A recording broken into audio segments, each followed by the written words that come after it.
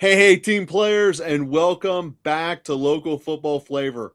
We're going to be diving into a really important team building philosophy that Bob and I have been using to great success. And Bob, we're going to dive into this here because this is for 20-man rosters, 20-man drafts that you're doing here, and a really important emphasis that really starts with your key guys are going to be your key guys. So when you build your roster, you need to have it in mind. So here's essentially the formula. You start with the lineup of a 2-8-8-2. And then whoever you take in the first 3 rounds, you subtract from that position and add to the other ones, with the exception of being quarterback and tight end because you can't go less than 2.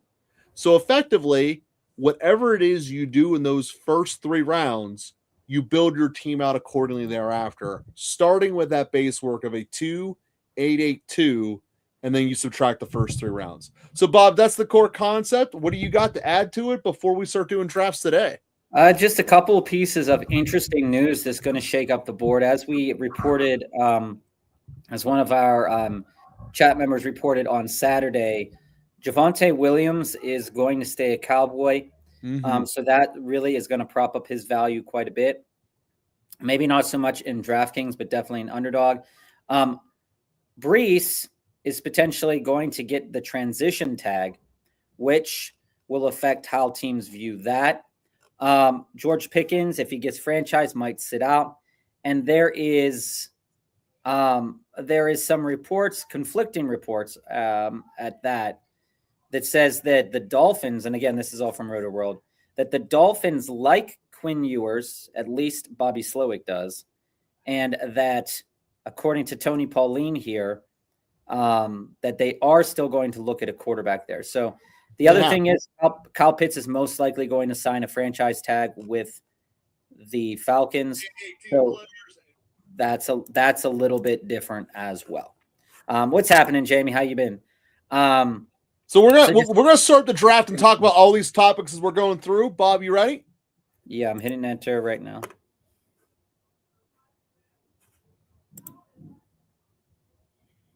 Oh, we're checking. Looks like we got a couple names in there. It's checking my location. Don't do anything yet. I don't know why it's doing this. I don't know why it's doing it either, but we only got 5 registered, so it shouldn't be a giant rush at the moment.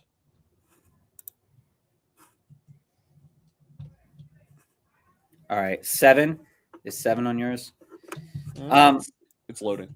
So yeah, so like I think this is actually where I work at. I work in a school underneath a church, so you often get this view, but if you were here last year, you would have got that view. And we do still have Christmas lights up. Just you can't really.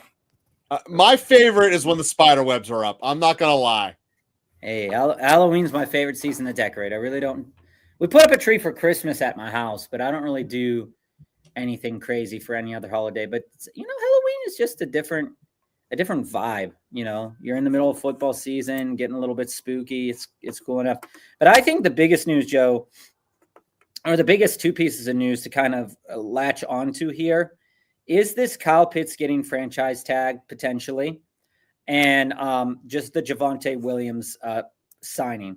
The reason I do believe that Javonte Williams signing is very important to the framework and the shakeup of things is that typically speaking, when you were able to build Javonte, his value still has not adjusted to his ADP value have not adjusted yet. He's still sitting around 49, which is the back end of the 4th, 5th round down in there. Mm-hmm. And he has been jumping up a little bit more, especially for people that do not feel confident about RJ Harvey's situation, especially for people that do not feel confident about Trevion Henderson's situation, is that many people have become very adjusted to taking Javonte Williams even before Travis Etienne because his situation still hasn't been figured out as well. So we have seen in some drafts Javonte Williams go from a back front end 4th rounder, which is a whole round difference. What's happening, family? And does the church celebrate Halloween? I don't know. It's not a Catholic church, and they don't really mind what holidays we celebrate here because we're a private school. But the windows are cool, and they do like seeing kids' costumes. So, that's cool. Good afternoon, WFN. How's it going? So, yeah, I mean, what's happening, Emily? So as are any of you guys in this draft with us who's watching us live? I am the 5-hole. Bob is the 12-hole. Are any of you guys in here with us? It doesn't look like it. So as I was saying about Javonte, I think that skews. I think it skews things very favorably to have him as a second back now. Where the problem lies is that, and for some teams lately, he's been, or previously to the signing, he was a third running back. Now he's going to be probably somebody's 2 if they decide to go 0 RB in the first 2 rounds. Which is perfectly plausible to do, especially if you're sitting down here at my position at 12. So, to be honest with you, like where my mindset is here at in the 12 hole. So if you guys are doing best ball and you're on DraftKings and you're looking at the 12 position, there are a lot of good running backs at that position. You have Omarion, you have Genty, you have Achan, you have Cook. And there's good reason to get those guys as they can ping a high number of points. But more so is that the back end of the 3rd round, beginning of the 4th round, is very much a very good running back spot to be in if those running backs last to you. And comparing that to, your Garrett Wilsons and your Ladd McConkeys, it's something to be aware of as you build your team. That's the classic 4. I wanted someone to pick JSN so bad. I don't believe in JSN as much as anyone else. I'll be going with Taylor. Fine. Well, in our opinion, it's the Pittsburgh Steelers, right? Best football team around, Pittsburgh Steelers. But in all honesty, I mean, this year, the Steelers were far from the best, and some of our favorite teams were far from the best. Seattle did a lot right this year. But I certainly think their defense was the best this year. From an offensive perspective, I don't think that Seattle was the best. But they did so many things right that they deserve to win. So that's kind of how I feel there. And here's we started doing this, Joe, where we had Family's Dynasty Trade of the Week. Let us know. We got to know. All right, so let's do it. Yes, you can. You could get the 4th one. All right, so we're going to take J. Jeff here. You know that I'm uncomfortable with J. Jeff to a degree, but there's so many good things to like about him, and I am going to push up Drake London as well. You love London. So the reason I'm on these 2 guys, again, it might not work out for me, and I might get screwed down here at the 312 4-1.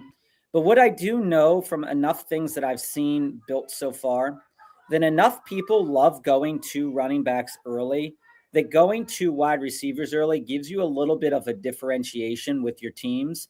And so coming back around, it's almost a guarantee that the 2 teams at the 10 and 11 will take a wide receiver, whether that's Garrett Wilson, whether that's Ladd.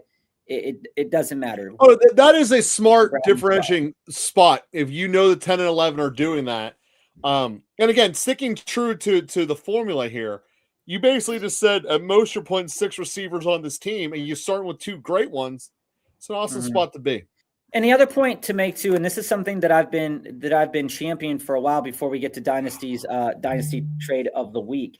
One of the things to really pay attention to is what are your chances that this wide receiver is going to get to those threshold numbers, 16, 17, 18, 19 points, and how often is that going to happen?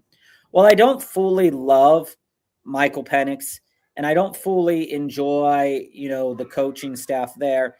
I do think that London has the talent level when paired well to be very successful. He might not be a guy that's going to overwhelm you with touchdowns, but I think that in this year that he's going to elevate that game. Now, in that 12th hole as well, I could easily see myself taking Malik Neighbors. I have in DraftKings really liked Nico, whereas this is opposite of how I feel about him in underdog, because those big games for Nico, those over 100-yard games, are kind of what matters here, what we're looking at here. So just keeping that in mind. So family, I sent Tet, Chris Olave, Tucker Kraft, and RJ Harvey plus the 211 to receive Jamar Chase, Zach Charbonnet, Kyle Monangai, Bretton Strange, and plus the 208. So now you have Puka, Chase, and Amon-Ra. So that is amazing. I love the aspect of having 3 wide receivers that all can spike 25, 30 points. I love that. And the reason I like that from a dynasty perspective, family, you know my stance on Chris Olave. While I have nothing against him as a player, you will have heard me over the last several years say that, he really needs a quarterback to elevate him to the next level. He was elevated this year, but he does have a lot of health concerns. Ted doesn't truly have that quarterback that can elevate him to the next level. We'll see what his development is like this upcoming year. And then Tucker Kraft. Those 3 pieces there are so much more valuable to me than RJ Harvey. Tucker Kraft is a guy that could explode as a tight end, and that's absolutely valuable. When I look at this, though, do I think it's fair compensation? Yeah, I think that Tet and Chris Olave and Tucker Kraft is more than fair for just Jamar Chase alone, especially when it comes to a dynasty team. So getting the back end Kyle Monangai, who can absolutely turn out this year, especially if they decide to move off of Swift. I love that. And then getting Bretton Strange as an option as well. I mean, hey, why not, right? All right, so a bunch of running backs just flew right off the board, just like we were talking about. Yep. So we are going to move ourselves into Travis Etienne, and it looks like our boy went off as well, so we're just going to position ourselves into Garrett Wilson. So now see Javonte Williams going there 4-2 now. The climb is on. That's what I was saying. So I thought about taking Javonte there. Maybe should have, but I'm okay with having 3 options here that are stellar at wide receiver. Yeah, that guy at the 11 hole should not draft another running back until like the 15th round. Yeah, and honestly, there's a possibility, and this is something that we talk about a lot, is I don't want to lose myself out on guys that can perform like plus 20-point performances in the wide receiver room, although it is more likely that a rando can pop off for like 20. I think that all things considered, that's really important to be aware of. And also this Javonte Williams pick, I have no problem there, like I said, with Javonte Williams. But like I said at the top of the show, Javonte went from bottom 4th round to the top of the 4th round because he is conceivably the better option due to touchdown equity than any other running back left on the board. So that is a big variation from where we were at like a week ago. I don't see it as a bad decision, but I also think that, again, this guy with 4 running backs is probably going to end with 5. Yeah, as he should. So playing the edge there. And then you go off that formula we just said. You start with 2, 8, 8, 2. 8 minus 3 is 5. That's what he should end with. Yeah. So in my case, I started with 2. So I'm going to finish with 6 running backs. Mm-hmm. And seeing as I started with 2 wide receivers and 1 running back, we might end up at, a 7, 8 kind of philosophy here. Yeah, you should end at 6 or 7 receivers. Mm-hmm. Since your 4th round pick is there, I'd lean 6, but that's your call. Yeah. Giving Kraft was hard, was a last minute swap to Bretton Strange. He offered Theo Johnson and added the pick swap, which was big for me. Yeah, I mean,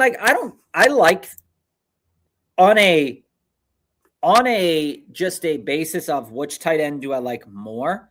I like Theo Johnson more so for the fact of there is less weapons to catch touchdowns in New York. There's the same number of players on the field, but the likelihood that like a Darius Slayton kind of player or, Jalen Hyatt or anybody else who they end up picking up as catching touchdowns there, it's probably going to be Dart rushing in, probably going to be Cam Scadaboo rushing in, maybe a Tyrone Tracy touchdown here or there, and then Malik Neighbors. And so Theo Johnson really pings better for me over Brenton Strange, just from a situation standpoint. While I think that Brenton Strange and the Jaguars will be in the red zone more than the Giants, that's not saying that it can't be the opposite direction. So that's something to keep your eye on as well with a guy like Theo Johnson and Brenton Strange. I value Theo a little bit more. So, see, this is always the crux here. Henderson. Oh, get it good. So I got 3 running backs that can give me explosive touchdowns and explosive plays. I'm very happy with my running back room. I'm going to put that on pause for a minute, probably till the end of the draft. I'm about to go receiver nuts, and it's going to be fun. Yeah, I could see that. I could see that from you. That's about to happen. I mean, you just have a little bit more confidence in a year 2 jump in Trevion, I think, than I. I definitely do. No, there's no doubt I have a massive jump in Henderson, a massive trust in Henderson. It's not that I'm not going to take him. It's just I think that you have. Well, likewise, you believe in the Bears, and I'm not going to touch them. I do believe in the Bears. Again, I don't know what room the Bears are going to be in and what that's going to look like. They have an inaccurate quarterback who has in a big market got overinflated, who made one miracle play in a playoff game, and everyone thinks now that he can carry people. If you look at the Bears receivers throughout the course of the year, the only time any of them actually excelled is when all of the other ones were hurt. So he can support one target. There are 3 Bears going in the top 6 rounds. None of them will be able to feast. They all will starve. It's actually the same fear I have for Jacksonville, but way more for Chicago. And that's why I'm not touching them. Hey, I mean, that's fair. I think that the assessment of the situation, right, is that when we look at the Chicago Bears, they did so many things right this year, right? And I do believe that the Bears are in a situation where, there's a lot of decisions that they can be making this upcoming NFL season that will put them into a very good situation rather than just in, that will have them coming back and continuing to really excel from like on a year-over-year basis, right? And ideally, you want to get out of those nasty contracts that you logistically don't need. And one of the biggest ones that they would like to get out of would be DJ Moore, right? Yeah. Not because DJ Moore is a bad player by any stretch of the imagination. It's just that they did not use him as well as some people would hope that would happen. And we, DeAndre Swift here is slated to return to the Bears, but if they get rid of him, they would be saving $7 million in cap space. I don't fully believe that they 1,000% trust Monangai full term, and I don't think that DeAndre Swift will leave the Bears. But what I do know is that DeAndre Swift is still good, right? Like if he gets put on a team. Just speaking, because I took Swift here, and I haven't taken Swift often because I'm usually with wide receivers in this round. 27 years old, still has shown that he has the chops to do what he's asked to do. And, over the last several years, when we look at him over the last several years, this guy is 5-6 touchdowns, 1,000-yard kind of material for the last 3 years. This is his 3rd NFL team. He's proven that he can do it over and over again. So like a back end guy like that, I'm fine with, but I'm also not okay with pushing Luther Burden that far up the board. I like Luther Burden's skill set, and I think the Bears will treat him well. But I also, again, comparing that to Caleb Williams, right? That's the struggle. That's the struggle for me. Yeah, Strange is higher than Theo Johnson. If you just go in and look at it, having Strange, Taylor, and Njoku, though, while it's nothing spectacular, I do think that all three of those tight ends can be productive in the course of the year, particularly Taylor, if the stars align and they get a quarterback that can get them the ball. Joe taking double tight end, he's fallen for the height for the Bob special there. I might be done with tight ends. You should be. I do feel like he's going to be a Bill if they can clean up some contracts there.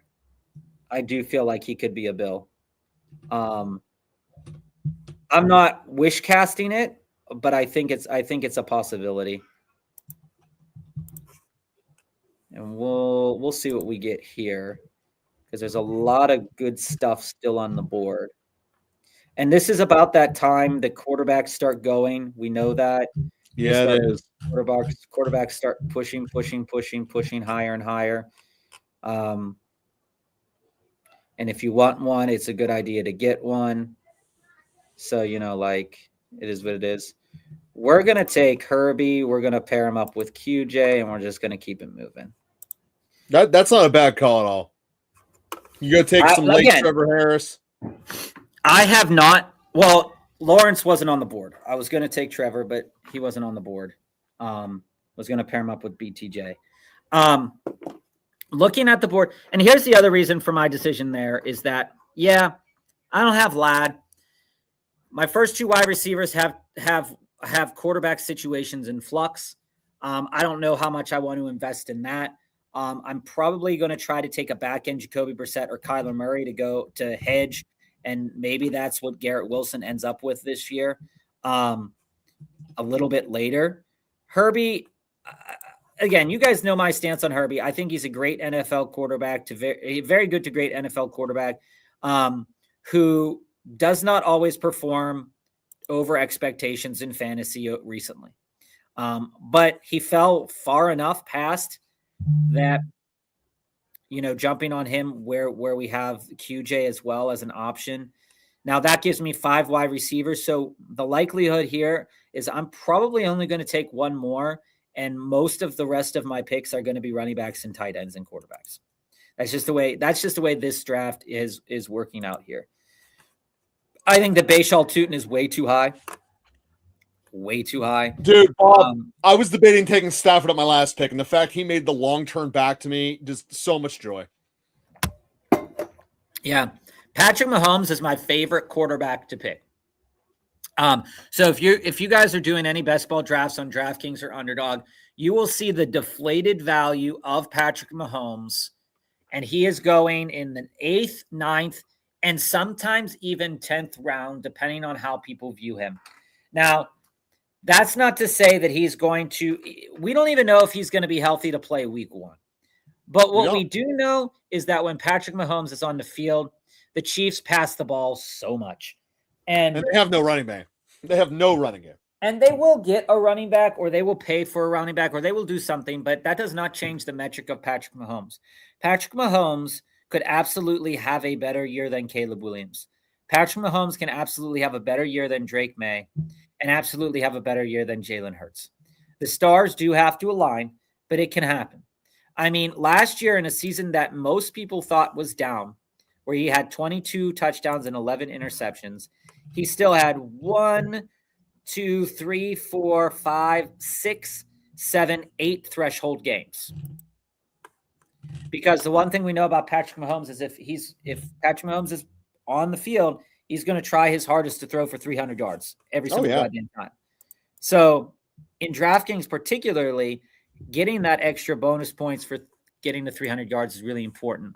And I thought about double dipping and going Herbie and Mahomes there at the turn. But that's the thing.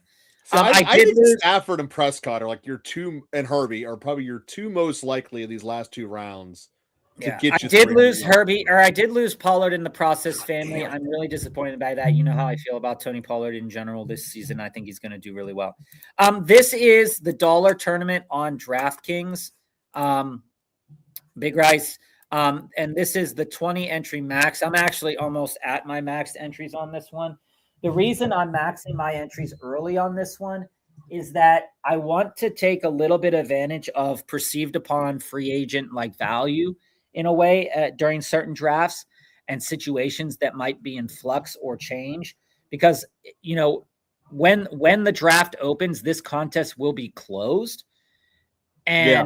And so I want to get my 20 max entries in when I think I'm going to get good value. Because when we know when say we hear that Kyle Pitts is leaving to go to the Eagles or whatever, you could see Kyle Pitts going up in like the 5th round. There's some stuff like that does happen, right?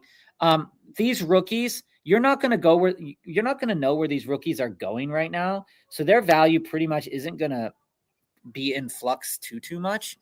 So it's like taking advantage of that, I think, is something to be aware of. And like I said, there has been reports that a guy like Gadsden might not be the starter next year at tight end, which is a little that scares me a little bit. That sounds like Ninjoku's going out there. But I don't see why they wouldn't want to make that work for him. All right. And there's something about not anointing rookies. What? There's something about not anointing rookies, especially it's a Harbaugh thing. Yeah, I mean, I get it.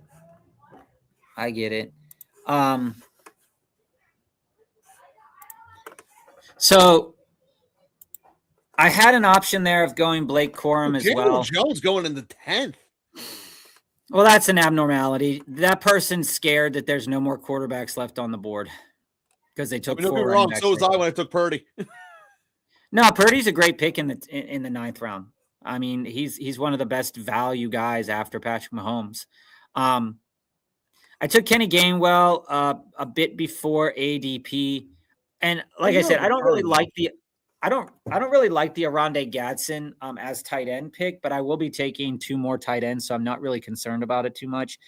If he pops, he pops.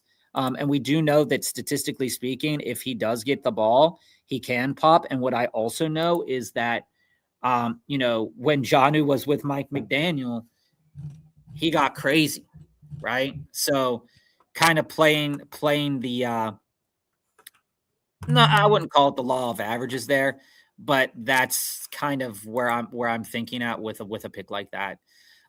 Again, this is a team that I don't build very commonly with the Herbie, QJ, and Gadsden. But like I said to you guys last weekend on Saturday as well, is that typically speaking, it's unless you can't get them, it's a really good idea to position yourself when you have a passing quarterback, the likes of Herbie or Caleb Williams or Joe Burrow and et cetera. It's a good idea to position yourself into their tight end as well, because if their tight end's having a good day, there's a strong likelihood that they're also having a good day as well. So just something to keep in mind. David Montgomery, I think I'm out on, Joe. Unfortunately, I think it's time. I love Monty, but I cannot conceivably see a situation that he could go to that he would end up being successful in. Again, no, only 20, unless he's someone like, dude. I mean, only 28 years old though, Joe. Only 28 years old. So he would need to be in Miami. He could be successful. He would need to have a true speed back where he's the countering hammer. Yeah. Unless he gets a true starting spot. Like, it is WFN. It's a real scary 5 picks that they just took there. What's that? Wandale, Alec Pierce, Sam Darnold. Oh yeah. Daniel Jones. Who was before that? Michael Wilson. There's a lot of prognostication on that end. But so my thesis on Tony Pollard to the moon is kind of this. This is a guy who, and again, this is going to be different from redraft, right? But this is a player. This is a player similar to DeAndre Swift. You saw I took DeAndre Swift in the 5th round. But honestly, DeAndre Swift and Tony Pollard are basically the same caliber of player to me. And and you're getting a 3-round discount on Tony Pollard to do that. Now, the way this works is that Tony Pollard has a really big chance of not returning to Tennessee next year.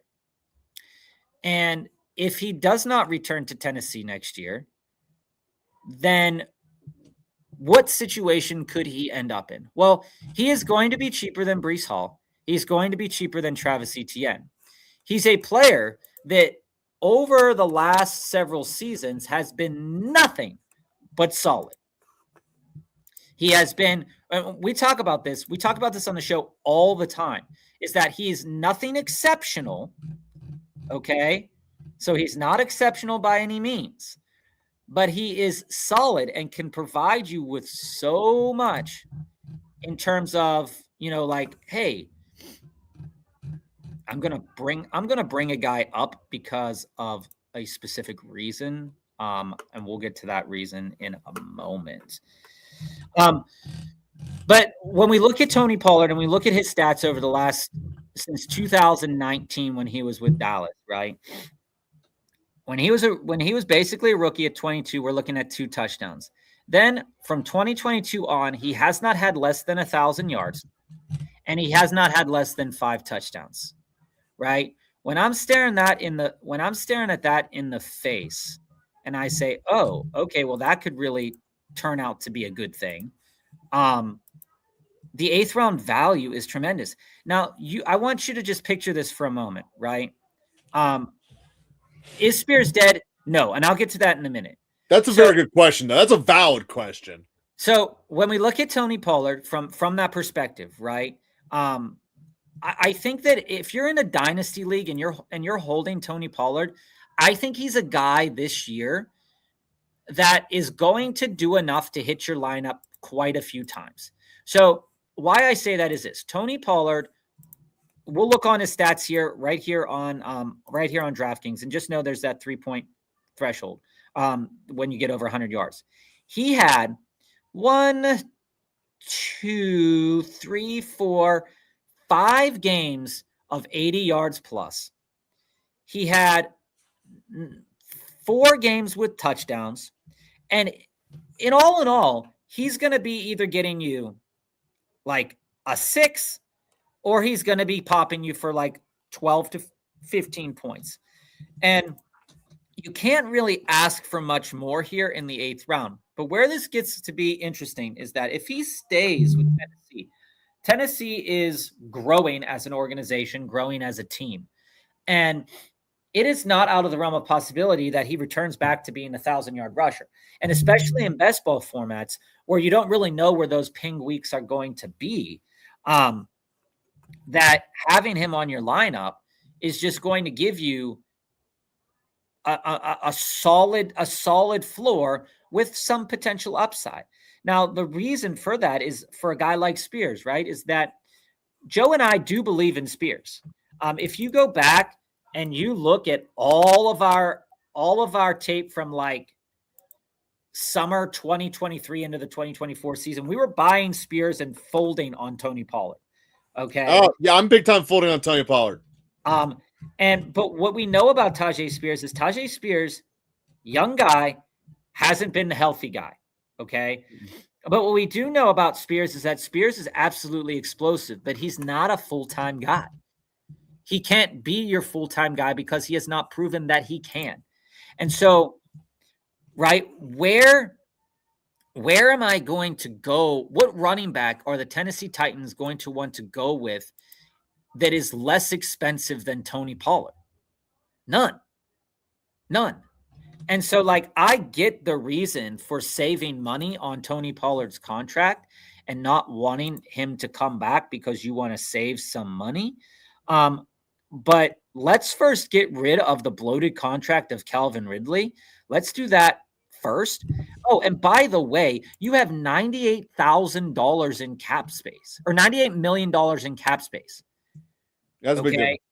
You have $98 million in cap space. And you're telling me that they would want to move on from a running back that's been nothing but productive and good for them to save,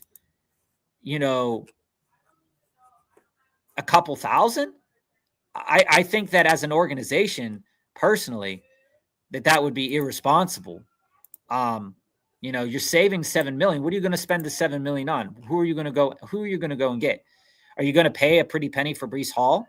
Are you going to pay the price for Travis Etienne, $14 million, and then he does the same thing that Tony Pollard does? I mean, at worst, because they're so anemic in the passing game, it would make way more sense to invest in a wide receiver, right? And push yourself in that direction rather than trying to overhaul the running room, because Tony Pollard did fumble 3 times this year. Yeah, Tony Pollard isn't the most efficient running back at all.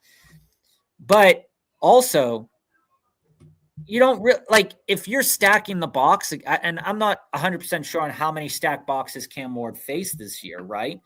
But if you are trying to oversell and trying to get at a rookie, of course you're not going to have 100-yard performances all the time. But again, they were so confident with him last year that he had X amount of 15, 20-yard carry performances, right? So like, you look at it, 1, 2, 3,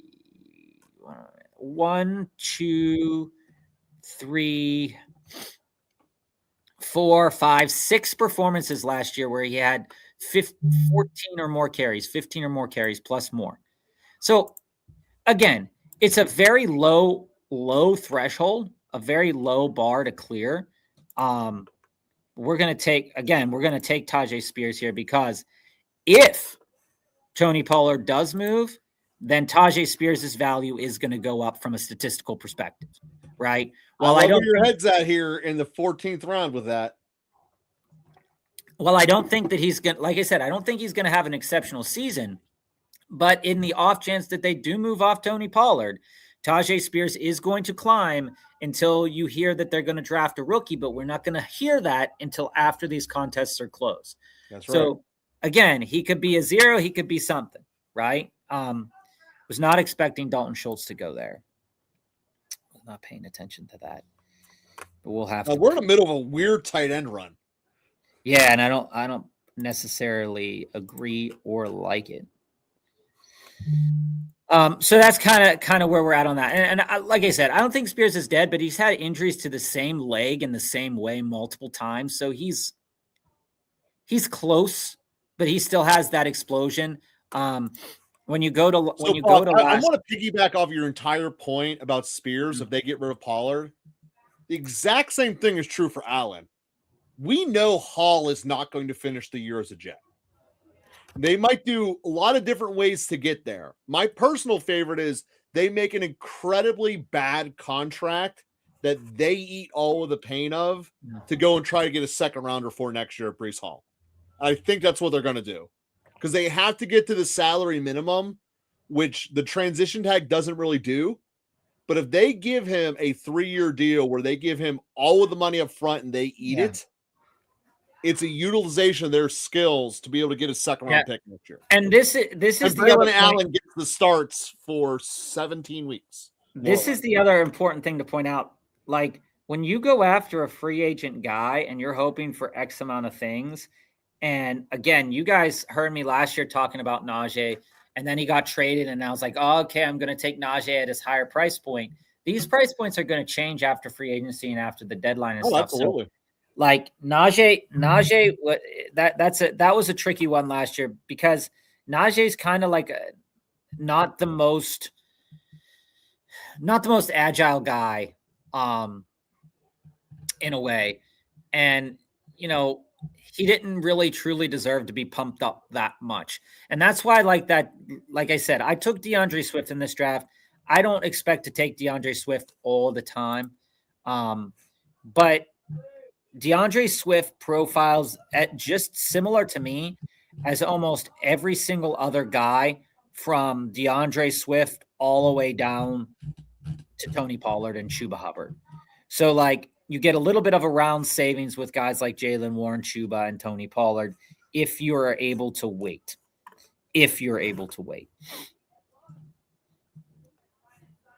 All right.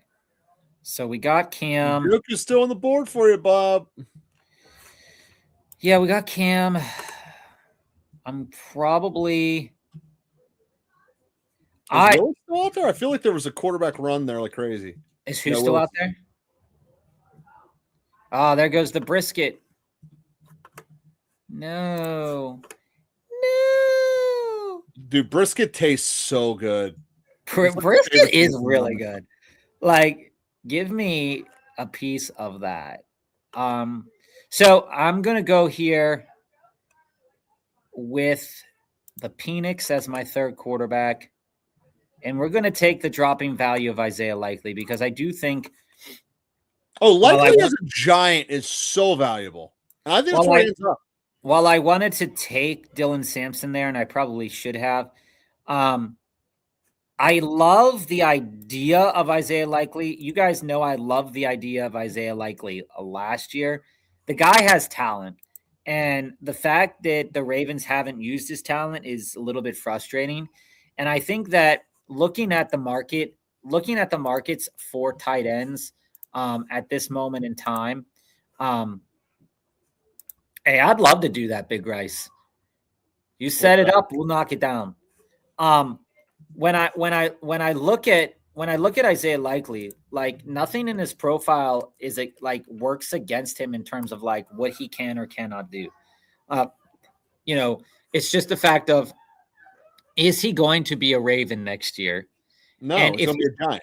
And if he's not a Raven, where will he go and will it be productive? And I guess the likely thesis is that, if you don't like if you think Theo Johnson's job is in jeopardy because they're going to go out there and pick up a guy like Isaiah Likely, well, then that's fine. But I think it's more likely, again, we've talked about this a lot. Use more likely some more.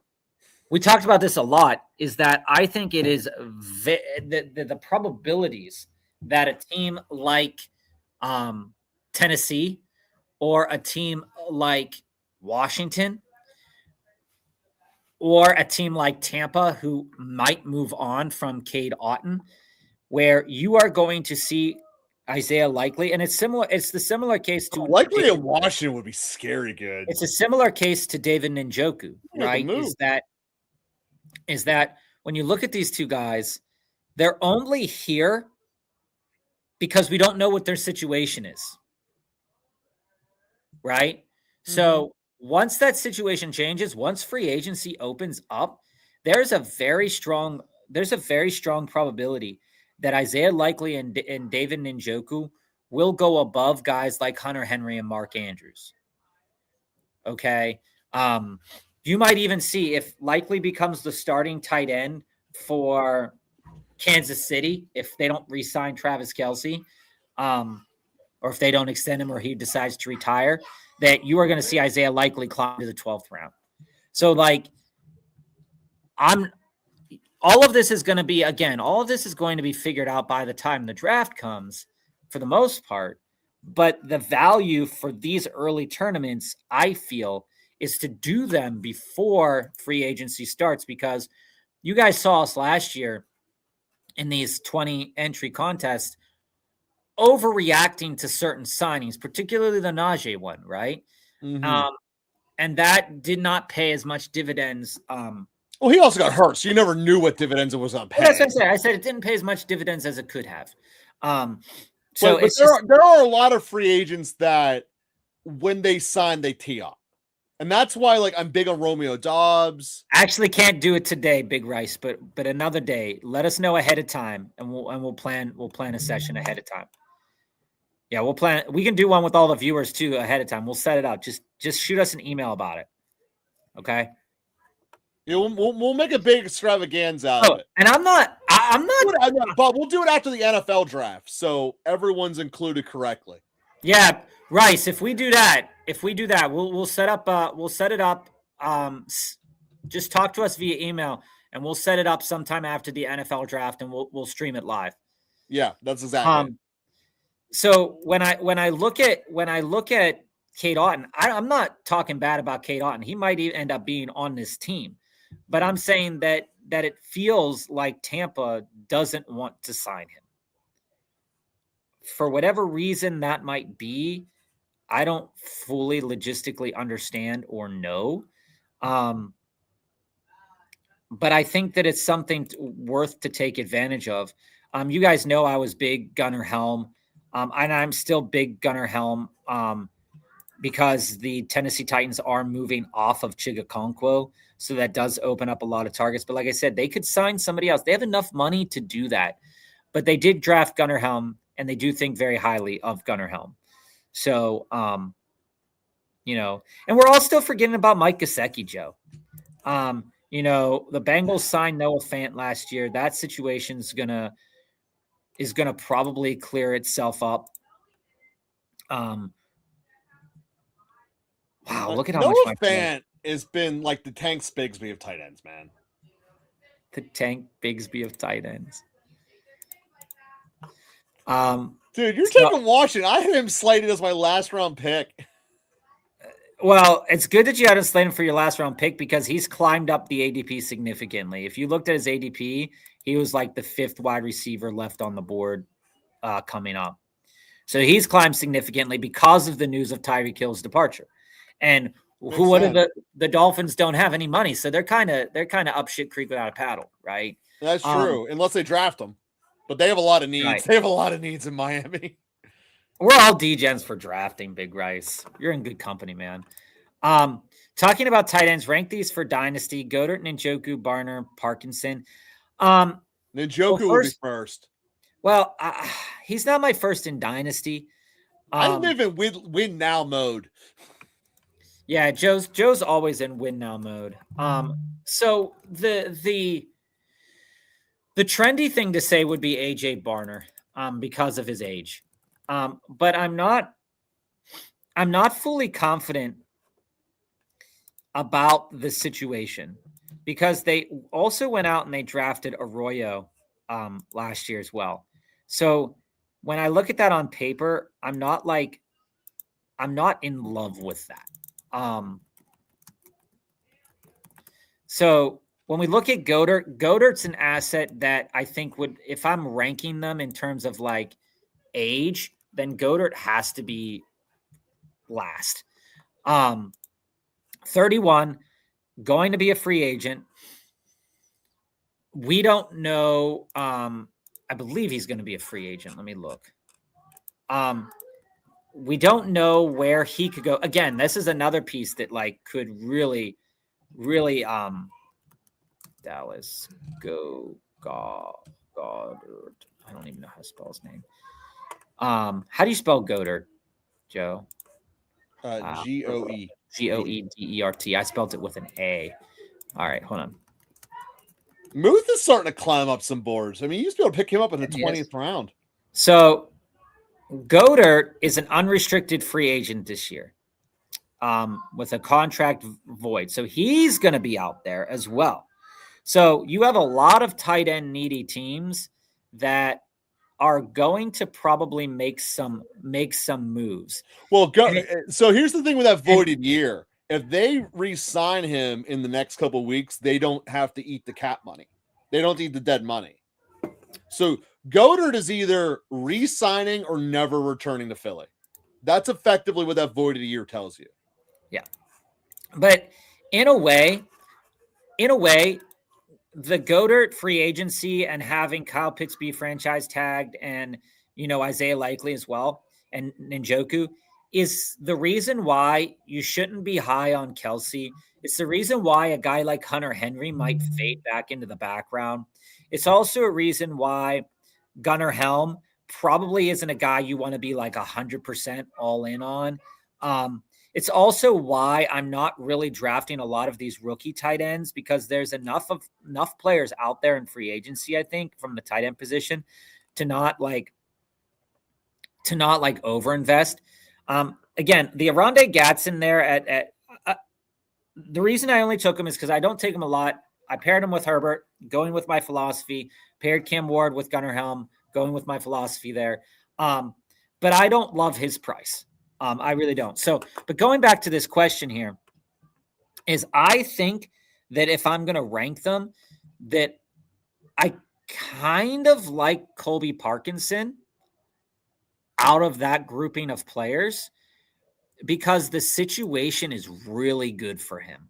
Yes, there are 3 guys there that all can get they can all get looks.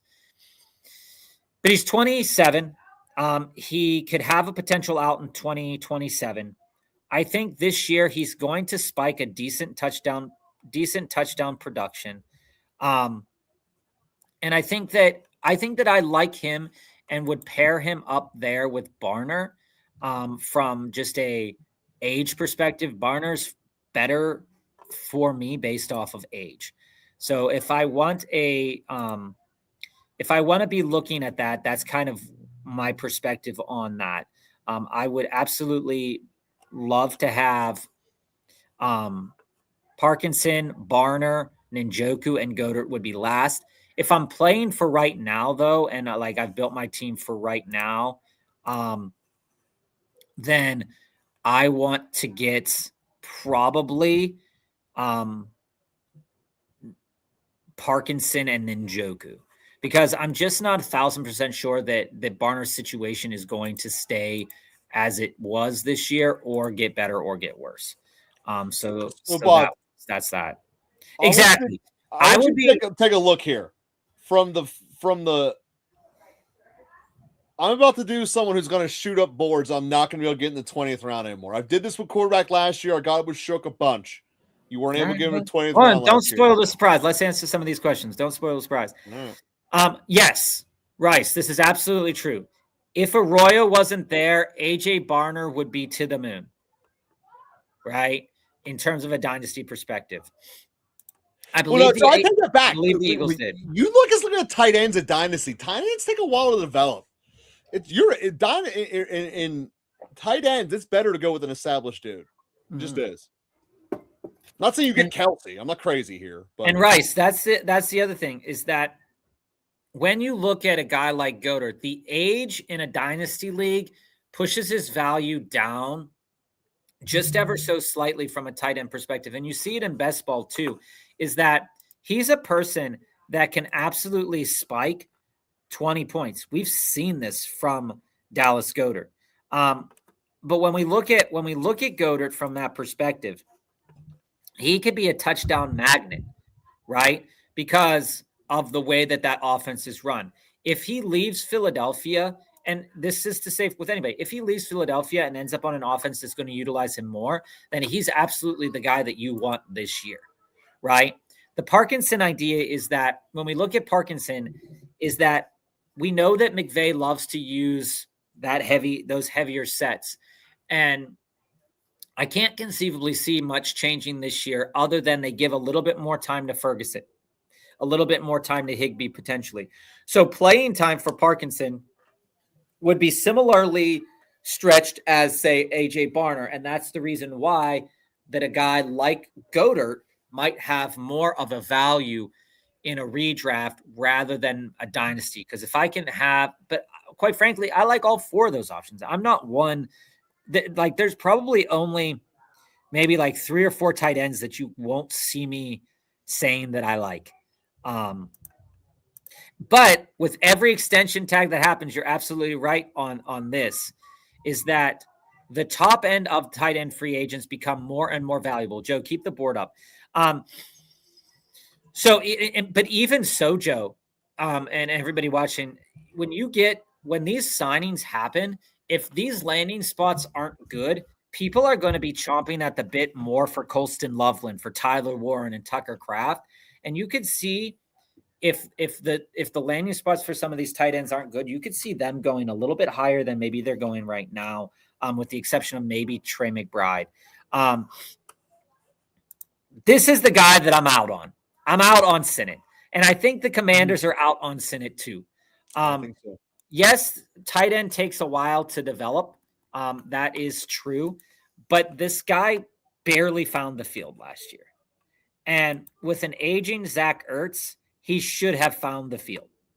And so that's problematic, right? And whether he found the field as a blocker, I'd have to look up those stats a little bit more. But it's not, from a fantasy perspective, I don't think I don't think that he is something that Washington would find to be vital to their organization moving forward. They've had him for 2 years, and in those 2 years, he started 5 games. He's played in all of them to some capacity. He's touched the ball, a total of 16 times? So that's weird, right? So I don't really see that as being super valuable with Sinnott. But Jaden Daniels, again, I'm going to say this again till I'm blue in the face. I do think that the Jaden Daniels, Terry McLaurin pick of Terry McLaurin in the 4th or 5th round and Jaden Daniels in the 6th round is a smash. There's nothing, that value is so low just because of what happened with Jaden Daniels this past year. If Jaden Daniels comes back and has a modestly better, even if Jaden Daniels comes back and has a Caleb Williams season, with where his total touchdowns are 31, but not his total passing touchdowns, that value is going to be screaming value there. Projects can take time, but the thing is that they haven't done anything with them, right, Joe? I'm not crazy in thinking that if you had a kid like this that you would have liked, that you would have put him in situations to be successful as a pass catcher. But that's not to say that he's not going to be on the team and be successful. That's to say that maybe he just becomes a run blocking tight end and they decide that they want to roll out a passer, like a pass catching tight end. That's possible, right? It's also my concern, Joe, when we look at Harold Fannin. Where did Harold Fannin go in this round? Harold Fannin went at 7-1. Okay. So I have a problem with that. Before we go to what you said here, Big Rice, is that I have a problem with Harold Fannin in the 7th round. It's not because Harold Fannin can't put up numbers, but one of the things that Harold Fannin should try or should begin developing in as a player is his ability to pass block. One of the things that we know when he came out of Bowling Green is that he's primarily a wide receiver. So if he wants to see the field more, he's going to have to do the nitty-gritty and do the dirty work. And 7th round feels like a good price for him, but I'd rather pay that on Sam Laporta. I would rather pay that price on Sam Laporta, who's already proven time and time again that he can stay, that when he's healthy, he's on the field and he's on there all the time, and Jared Goff loves him, right? Jared Goff does love him.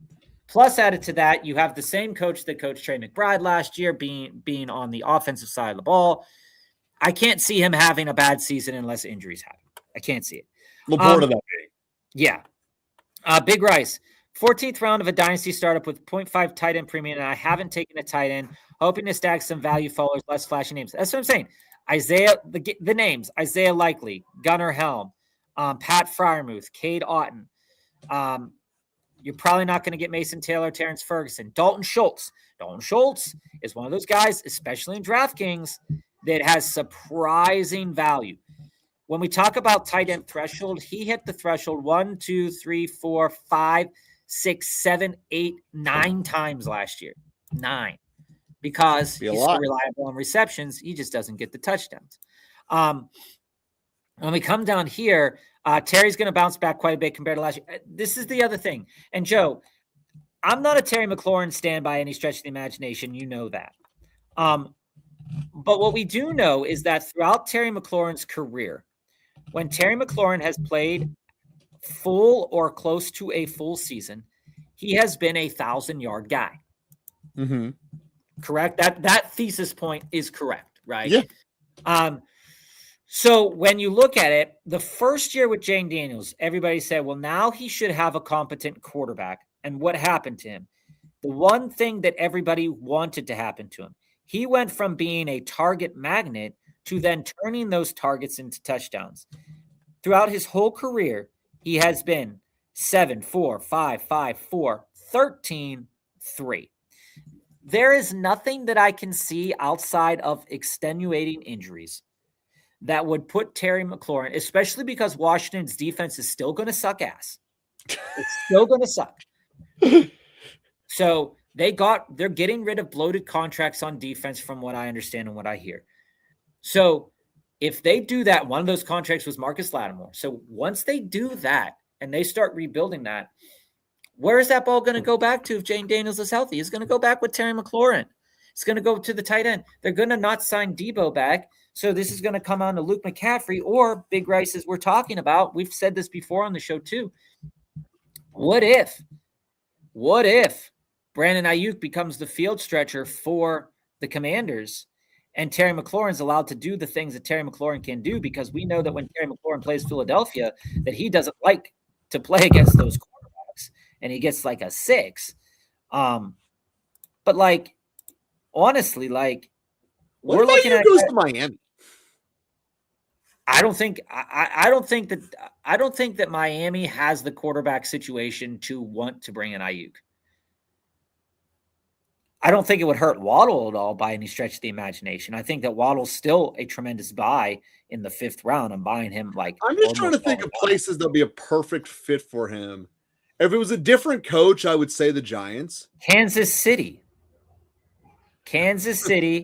would be the perfect landing spot for Ayuk. I don't think they really need someone who don't have any money. That can do it better than Ayuk can at this point. But Kansas City doesn't have any money. Like, if you look at it, if we go to spot track here, Joe, before we talk a little bit further about the teams that we did make, looking at the cap. Now, I don't know. Let me look up what Ayuk's contract is going to look like. So his contract says that if he is traded before June 1st, they will lose $14 million. But if he is a post-June cut, they will save $6 million. If he's a post-June 1st trade, they will save $6 million as well. And so I'm not sure how much of this money another team would have to catch on to. Oh no, dead money's dead money to the Niners. That just is what it is. They get the rest of his contract. So it's fairly significant. But when you look at it and you look at teams that need wide receiver help, well, what are the Colts going to do? Are they going to re-sign Alec Pierce? Are they going to sign Michael Pittman? What's going to happen there? Atlanta, the Colts are only going to have one or the other on their team. I actually think the Colts are very happy with their wide receiver. And that's fine. Atlanta, are they happy with Darnell Mooney? No, Atlanta is definitely a spot they're going to upgrade at. Right? New England's got money. Are they happy with what they got? I don't think so. They just lost the Super Bowl with that. Arizona. But the more you say about it, I think Atlanta's the perfect spot for IU. Right? Seattle. I really do. Big guy, go downfield. Seattle's seen this guy play before. They have money. Seattle needs a number 2. There's no doubt about that.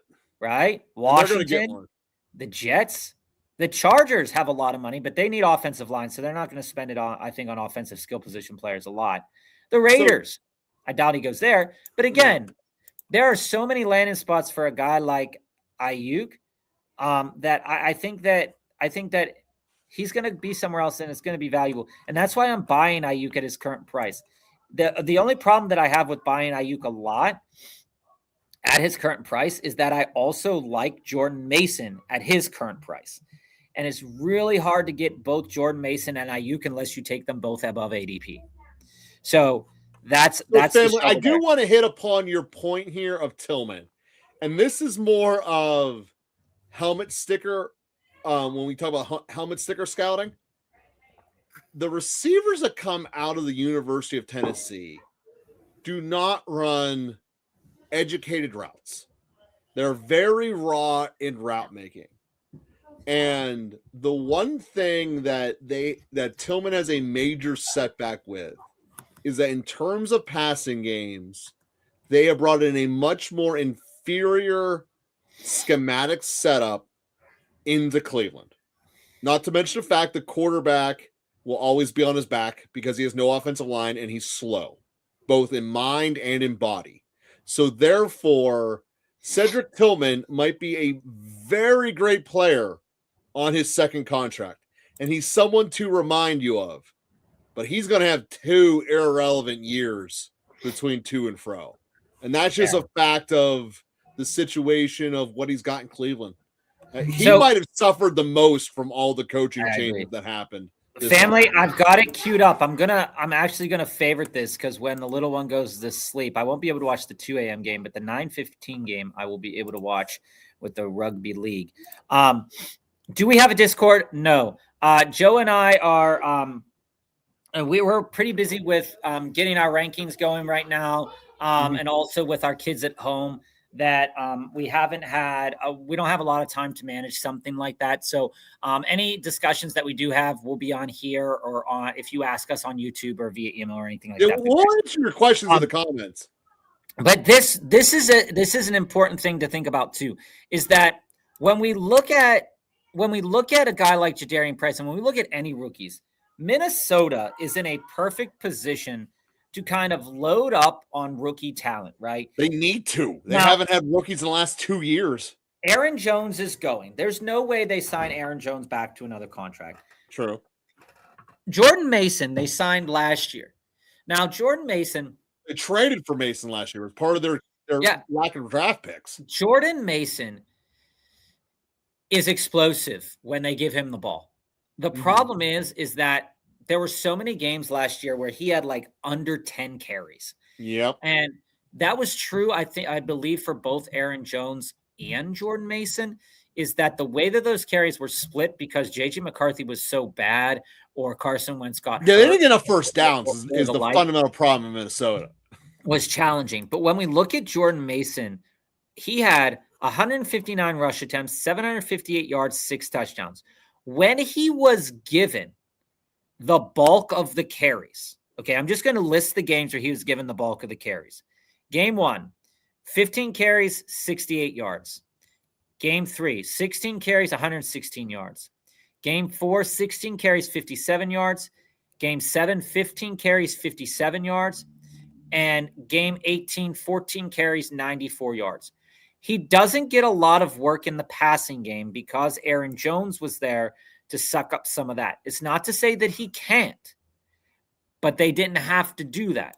But he had so many games last year where he was under or very close to 10 carries. Week 16, week 15, week 14, week 13, week 12, week 11, week 10, week 9, week 8, and week 2. So the majority of his games, he was under 10 carries. Now, I have to ask myself, right? Is that, again, what is their plan with Jordan Mason? Because when he saw the ball, he was at least league average in so many different things. But like, you look at the game against Seattle, 6 carries, 47 yards, 7.8 yards per attempt. Then you look at against the Chargers, they gave him 4 carries for 3 yards. I mean, like, what are you doing? So he has the chance to be good. The question is, will he be the 1A instead of the 1B?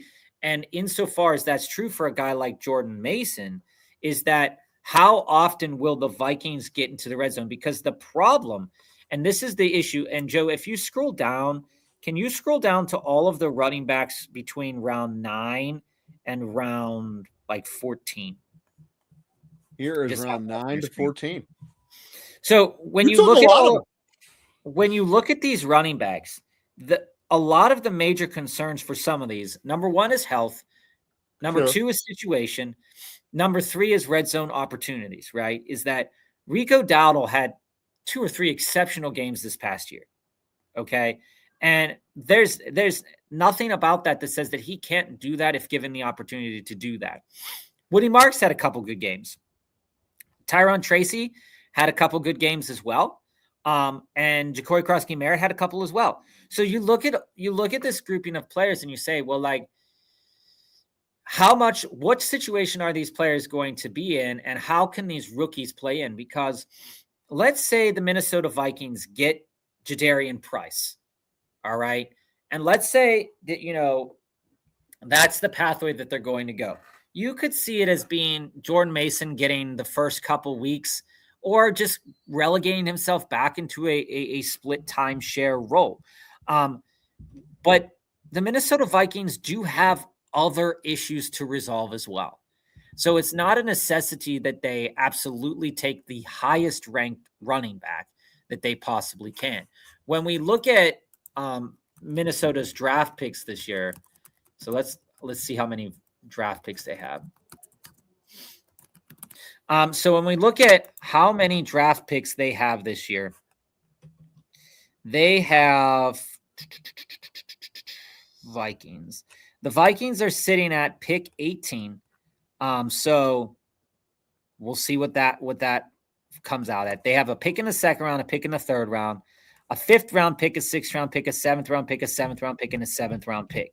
You could absolutely see that third round pick being a running back, right? Or let's say they want to spend a little cash and they don't want to buy Aaron Jones back. Maybe Tony Pollard gets sent their way or something like that. But they got no money left. So they're $42 million in the hole in terms of cap.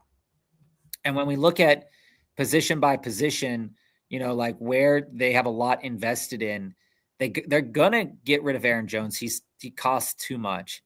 And so there's gonna be some wiggle room here. Again, TJ Hawkinson costs a lot. There's some offensive linemen with huge contracts. There's some edge rushers with some huge contracts. Jonathan Allen has a huge contract. So the players on defense that made them good last year and made them competitive to be a league average team. I don't know if they go out there and get a guy that's on the open market, but if they go out there and get a rookie, it's not going to be a highly drafted rookie because they got to solve their quarterback situation. Sure do. They got to continue to get better with the offensive line. You got to build in the trenches. There's going to be a running back that's going to be good every single year. So it's not a necessity that they have to necessarily spend a high draft pick to get one. Because outside of Jeremiah Love, all of these guys there's probably going to be 3 or 4 NFL guys that are going to maybe in a couple of years. It's the same thing for a guy like Braylon Allen, Joe. We talked about Braylon Allen. You mentioned, his situation. The problem with Braylon Allen is that he feels more like a thumper, and he feels, at least the way that the Jets used him, he feels like a guy that is going to have to see his equity in the red zone, which predicates that the Jets get to the red zone. And that's the problem with drafting any Jet. Which means that that even if they re-sign Hall or they do whatever with Hall, I think that Braylon Allen is an interesting get. My whole thought process is if they trade Fields, you're going to have opportunity. It doesn't even matter who. There's a point in week 9 with just give me a body that's available. And I think he has a chance to be that guy. In terms of Woody Marks, Joe, like he's a guy that if he is on my team, dude, if the Texans do not outdraft Woody Marks, they have failed this draft, period. Yeah, I mean, I would full-heartedly I would agree with that. Now, I just want to bring something up. You can't rely on. They might need to get 2. That might actually be a good spot for Monty. I'm gonna pull yours down for a minute because I want to show you this team. Okay. Show away, baby. I'm not quite sure when we drafted this team, but this was a 3-7-7-3 team, and I believe this was earlier in the off season. That's a good trade there, bro. Getting Addison instead of Woody Marks. That's what I'm talking about. Let me check here based upon how this is. Okay, so yeah. So the team that I'm showing you right now is the team that we drafted, like the first one we drafted off the rip, right? Okay, and I just want to show you something. First came out. Yeah, and I just want to show you something. I love getting Matt Addison. Although I think Addison is a bonehead. But when we look at this draft specifically, this is a draft from when it basically rolled out, right? Mm-hmm. So where was the one that I was going to show you guys? Sorry. Too many drafts, Bob. Yeah, I know. I just want to get the one where the lineup. Let me just go to the lineup tab here. I'll be able to see it better. Okay, I think it's this one. Yeah, it's this one. It's the one we did live, I believe, with FK. I believe FK was in here as well. And I believe that Dark Side I believe Dark Side was the perfect storm as well. So when we look at this queue here, I just want to show you about Javonte Williams. Joe, look.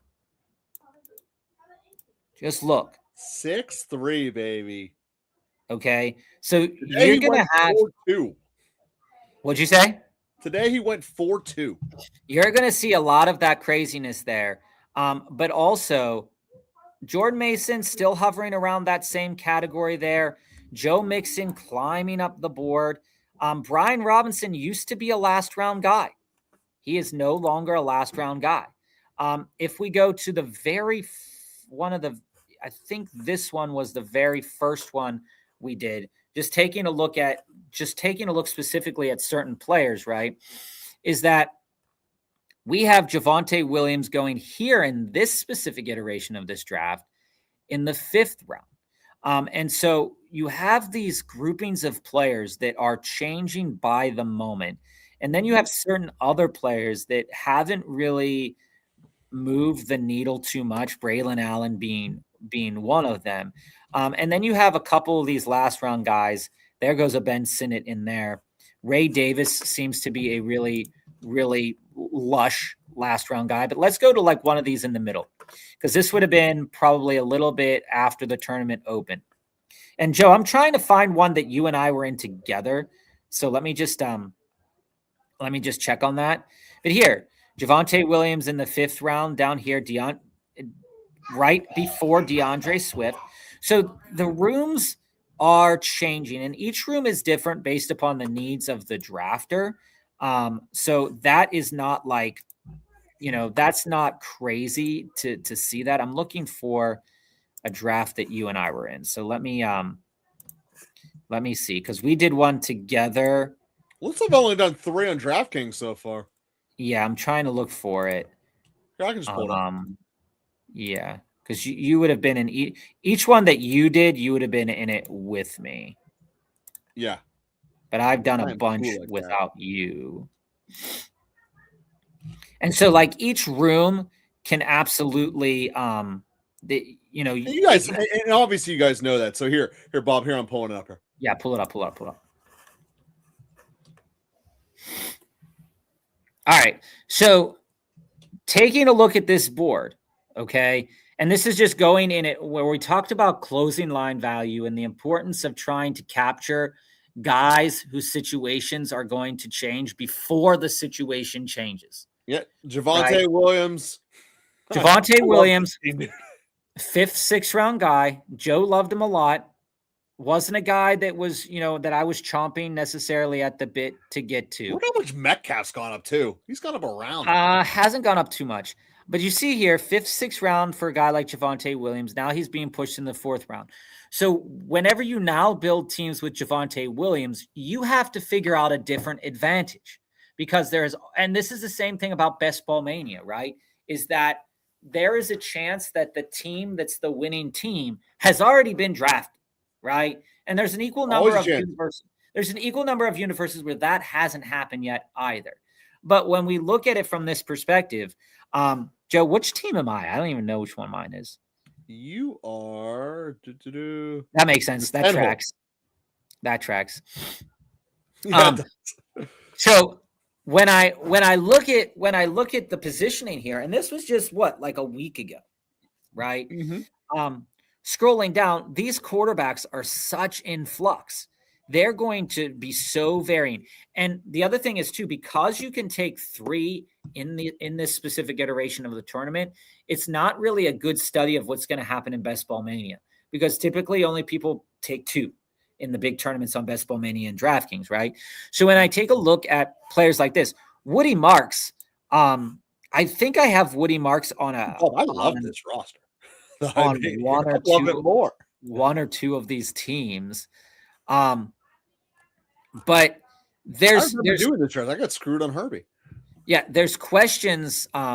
There's questions to say like, oh, it's like, when is the perfect time to draft? And I think that the perfect time to draft, especially in these tournaments, it is now, because these situations are going to change. Just as an example, right? I'm going to pull up mine here. Can everybody Well, Bob, see? we hit our limit here, dude.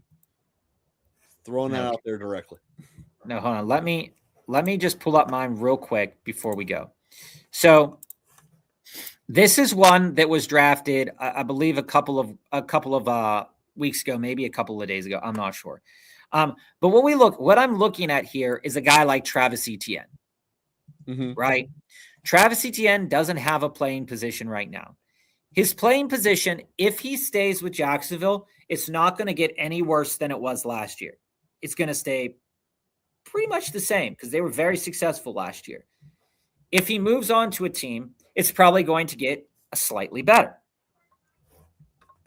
Him and Javonte Williams are two guys that you will, like we just saw with Javonte Williams, that you will start seeing going in the third round. And these two guys, in a way, for me, are kind of the reason that I am shying away from Jeremiah Love. And this is speaking to the rookies like we talked about, right? You have a couple of rookies, Jadarian Price going down here in the 10th round. I love Johnson here in the 11th round as well. And you see me with Spears and Mason here. You see Mason, we could get Mason at the 164, but now we can't. You have to push him up the board because there's more and more news that Aaron Jones probably isn't coming back. So when you look at this and you say, like, looking at the board, how can these things vary and change? Jeremiah Love, we don't know. Again, we don't know what his situation is going to be until after this tournament closes. And is he going to be second round value at this point in time? And to me, while I think he's going to be an exceptional player, I don't think that I'm willing to buy it at that price. You know what I'm saying? So it's like, we'll keep talking. We'll keep taking a look at things. And Joe, are you able to go on Wednesday? I will be here Wednesday. All right. So we'll be here Wednesday, 3:45 Eastern Standard Time. And we will talk more about ideas, strategies, drafts, things to keep your eye on. And there will be news, always news. Always news, baby. Please feel free to like, follow,